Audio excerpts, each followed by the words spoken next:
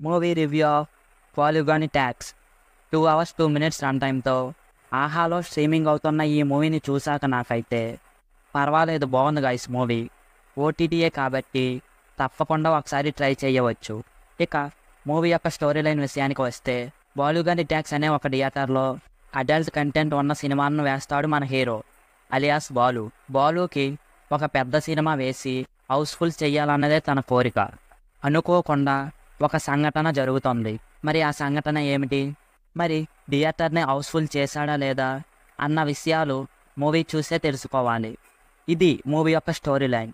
ఇక మూవీలో నాకు నచ్చిన విషయాలు, మూవీలో వచ్చే లాస్ట్ క్లైమాక్స్ ట్విస్ట్, మూవీలో ఏం జరుగుతుందన్న క్యూరియాసిటీ, అక్కడక్కడ కొన్ని కామెడీ సీన్స్, మూవీలో బ్యాక్గ్రౌండ్ మ్యూజిక్ అయితే పర్వాలేదు అన్నట్లుగా ఉంది. ఇక హీరో పర్ఫార్మెన్స్ అయితే బాగుందనే చెప్పవచ్చు. మిగతా యాక్టర్స్ కూడా తమ పాత్రలో బాగా చేశారనే చెప్పాలి. ఇవి మూవీలో నాకు నచ్చిన విషయాలు. ఇక నాకు నచ్చని విషయానికి వస్తే, మూవీ ఫస్ట్ హాఫ్ అయితే కొంచెం స్లోగా ఉంటుంది, స్టోరీలోకి వెళ్ళడానికి కొంచెం టైం తీసుకుంటుంది. అలాగే సెకండ్ హాఫ్లో చాలా థ్రిల్లింగ్ ఎలిమెంట్స్ ఉన్నా కానీ మధ్యలో సినిమా స్లోగా వెళ్ళిన ఫీలింగ్ అయితే వస్తుంది. అలాగే డబ్బింగ్ కూడా చాలా సీన్స్లో బాగాలేదనిపించింది. సో ఫైనల్గా మూవీలో ఫస్ట్ 20 minutes ఓపిక పడితే తరువాత మనకు సినిమా కనెక్ట్ అవుతుంది.